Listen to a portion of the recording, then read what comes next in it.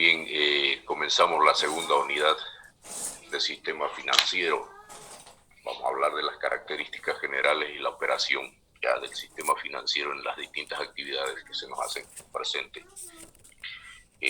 Vamos a definir en primer lugar un activo intangible, o sea, un activo financiero.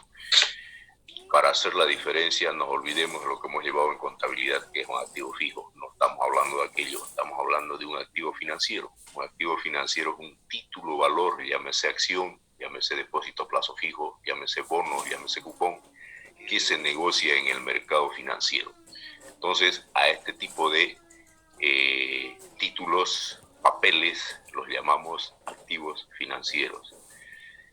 Bien, las características de estos activos financieros son que tienen una alta liquidez. Por ejemplo, una acción en la cervecería Paceña ya es un título valor que tiene alta liquidez, porque ponemos a la venta, inmediatamente aparecen cientos de compradores. Este activo es altamente líquido.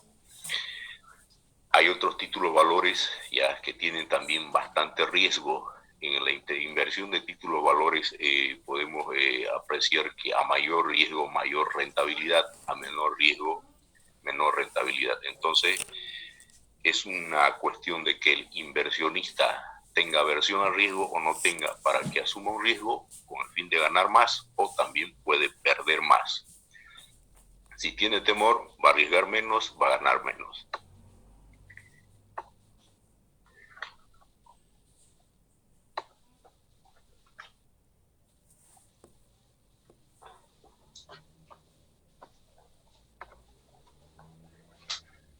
Los mercados financieros, podemos definir lo que es un lugar donde se realizan todo tipo de transacciones financieras, llámense el sistema financiero en una urbe o llámense la bolsa de valores.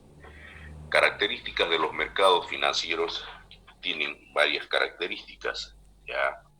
Una es la amplitud. A mayor cantidad de títulos valores, ya es más posible tener alternativas de negociación de estos títulos valores. En profundidad podemos hablar de existencia de curvas de oferta y demanda ya en este tipo de ofrecimiento de títulos valores, donde los inversionistas a cualquier nivel pueden realizar ya operaciones de compra o venta.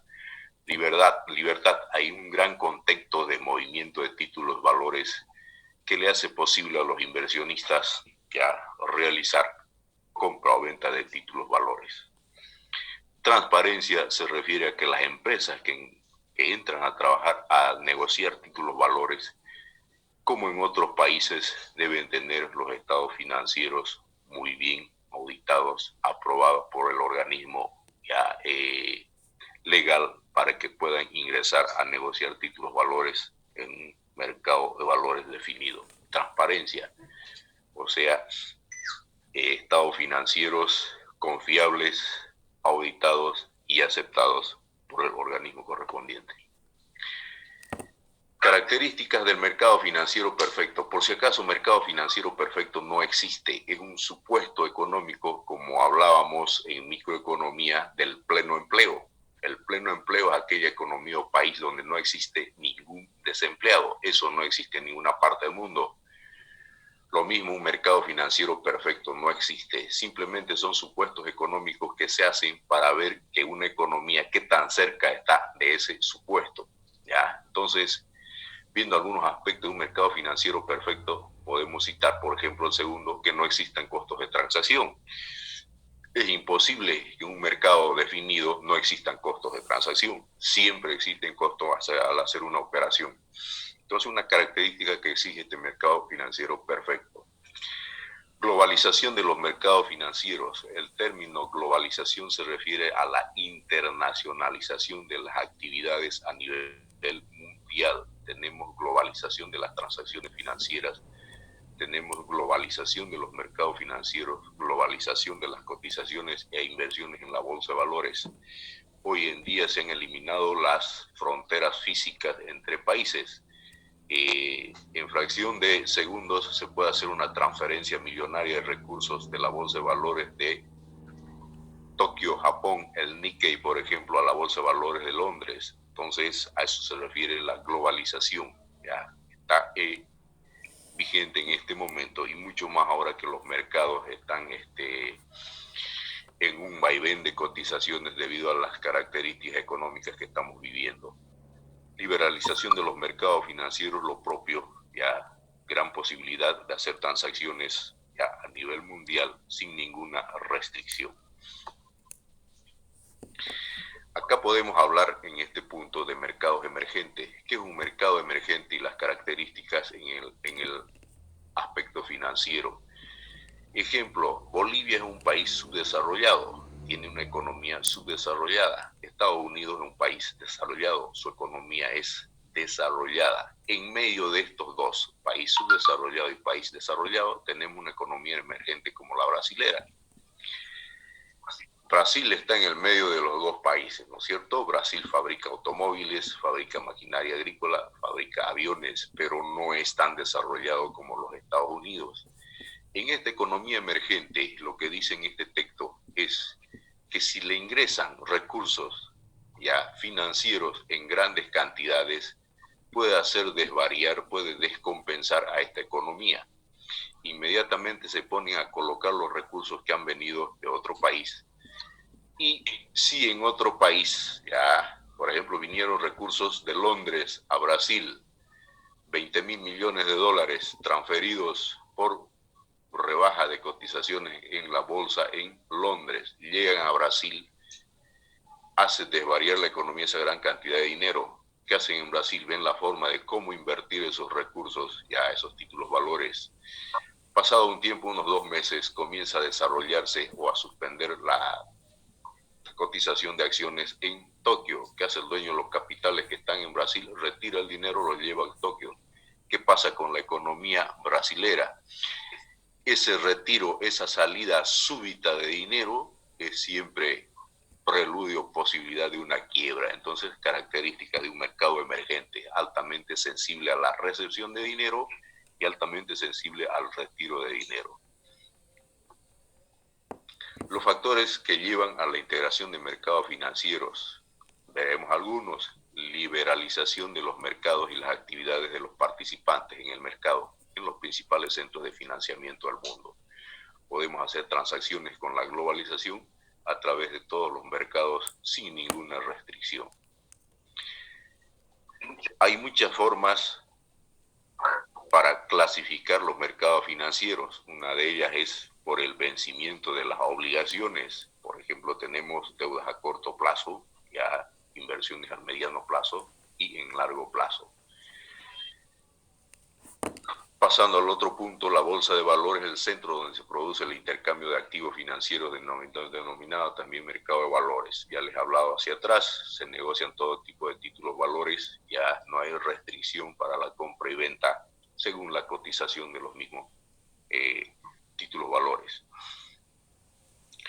Hablando ya de los mercados derivados, vamos a hablar de otro tipo de inversiones que nos abocamos simplemente a hablar de los futuros, ya contratos a futuro. Son tipo de inversiones y convenios ya que se firman entre un demandante y un vendedor de cierto tipo de bien. Una operación a futuro.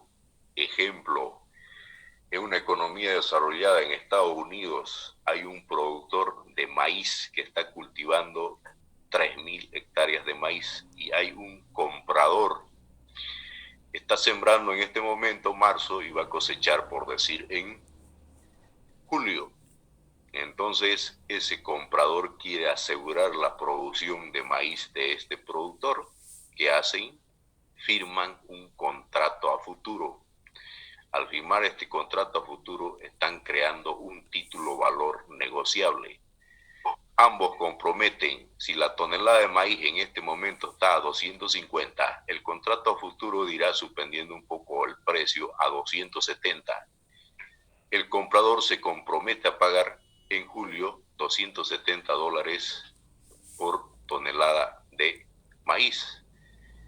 Y el vendedor se compromete a venderle la tonelada de maíz a 270. Si el maíz en julio estuviera a 230, entonces quiere decir que el vendedor ya gana, porque está recibiendo 270 y el vendedor pierde. Por el contrario, si la tonelada de maíz estuviera a $300, el comprador paga 270. En este caso, el vendedor pierde ya. Entonces, título valor o un contrato a futuro se crean en las economías desarrolladas, son títulos valores que se pueden negociar en un mercado. Es el mismo tipo de operación un forward. Sin embargo, el forward se lo realiza en dinero en efectivo, aprovechando las variaciones del tipo de cambio de las distintas monedas a nivel mundial. Bien, aquí tenemos un cuadro de la intermediación financiera que hemos visto desde la primera clase. Sin embargo, acá está un poco más completo. Tenemos todas las fuentes de financiamiento que vienen, algunos del exterior, Banco Mundial, BID, Fondo Monetario Internacional, la Unión Europea, Comunidad Andina de Naciones, países, préstamos entre países. Japón, Alemania nos prestan. Hay recursos sacados de las AFPs transformados en Fondo Extraordinario de Reactivación Económica Capital de Inversión, Fondo Extraordinario de Reactivación Económica Capital de Trabajo. Las captaciones de las que hemos estado hablando siempre, depósitos a plazo fijo, cuentas corrientes, cajas de ahorro de un mercado doméstico. Otro tipo de préstamos bancarios y a redescuento de préstamos subordinados. Como podemos ver, hay una gran variedad de dónde captar recursos. Estos recursos del exterior vienen vía Banco Central de Bolivia e ingresan hacia los bancos que requieren. Por ejemplo, los que más toman estos créditos que llegan al exterior son los bancos múltiples, los bancos de desarrollo productivo. Una vez fijadas las tasas de interés impuestas por el Banco Central, se colocan a los distintos tomadores de créditos, normalmente si vienen del exterior para créditos productivos. Se realizan, hay una variedad de créditos, son 26, he colocado 12 para que tengamos idea. Ya hay otro tipo de operaciones que son las operaciones contingentes. Estas operaciones contingentes son las cuales un banco no presta dinero, sino avala una operación. Y los distintos tipos de garantías que tenemos, hay garantía sola firma, solamente respalda la firma del contratante deudor, que debe ser altamente solvente. Hay garantías personales, hay garantías prendarias, hay garantías hipotecarias, garantías warrant, garantías piquenorativas. Más adelante o en clase ya voy a explicar cada uno de estos aspectos, de estos puntos.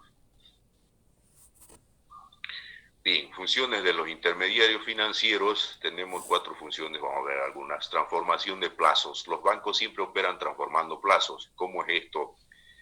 Cuando una persona va a dejar dinero a un banco, por su temor a que haya una desdolarización, un corralito financiero o un quiebre de un banco, lo deja al menor tiempo posible, por decirlo, que soporte su coraje.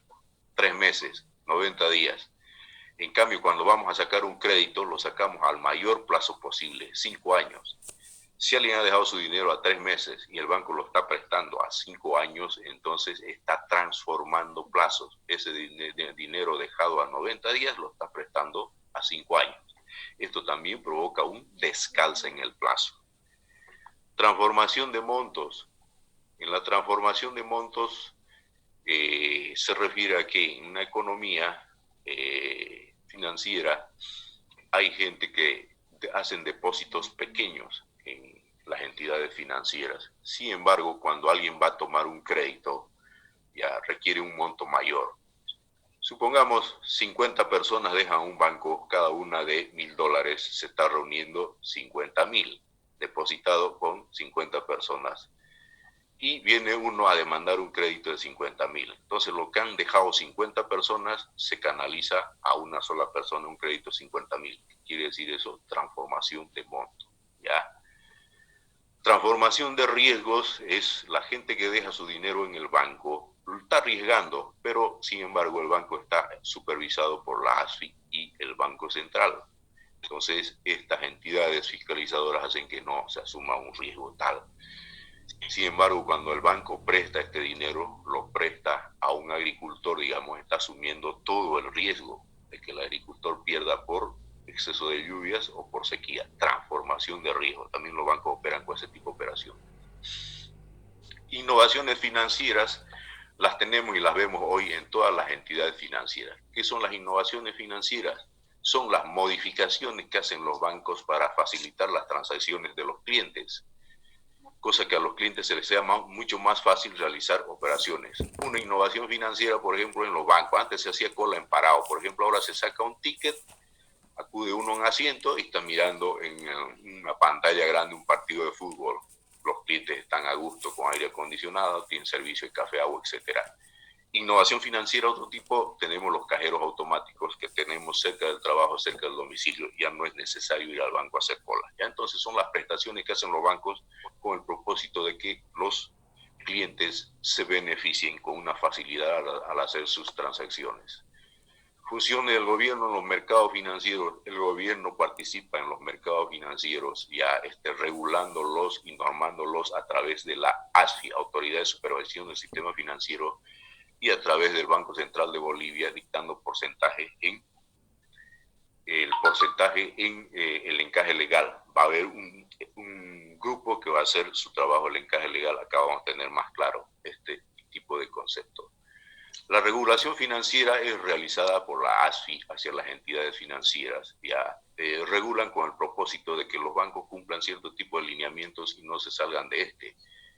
La regulación financiera tiene el propósito de que los bancos no arriesguen los préstamos, de esa manera no sean arrastrados hacia una quiebra.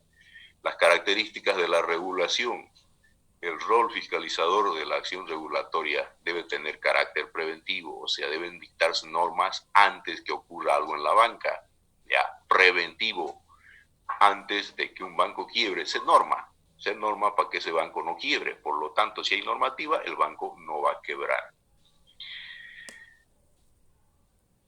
En leyes y normas podemos ver que todo el tiempo se está dictando una normativa ya con estándares internacionales con el propósito de que el sistema financiero trabaje de manera segura, de manera solvente. De esa manera los depositantes del sistema financiero están tranquilos, como se dice normalmente, el dueño de un capital depositado en un banco duerme tranquilo porque su dinero está seguro. Para eso son las normativas, para que los bancos no desvíen la operación en canalización de créditos y no arriesguen mucho la colocación de su cartera con garantías no respaldatorias, por ejemplo, un aspecto. Supervisión y regulación financiera la realiza la ASFI, ya regula y supervisa. Regula dictando normas, supervisa con auditorías en los lugares, en los bancos, para ver que sus regulaciones, sus normativas se estén cumpliendo. La relación regulado es regulación ASFI o relación ASFI-banco o entidad financiera. O sea, debe ser una relación bastante estrecha y amigable, cosa que las entidades financieras no se sientan presionadas para realizar las actividades normalmente. Bien, eso es todo lo concerniente entonces a la unidad 2. Por favor, acudan a su libro, van a ver que está totalmente, prácticamente algo sintetizado esto. Acudan al libro para ver cada uno de los conceptos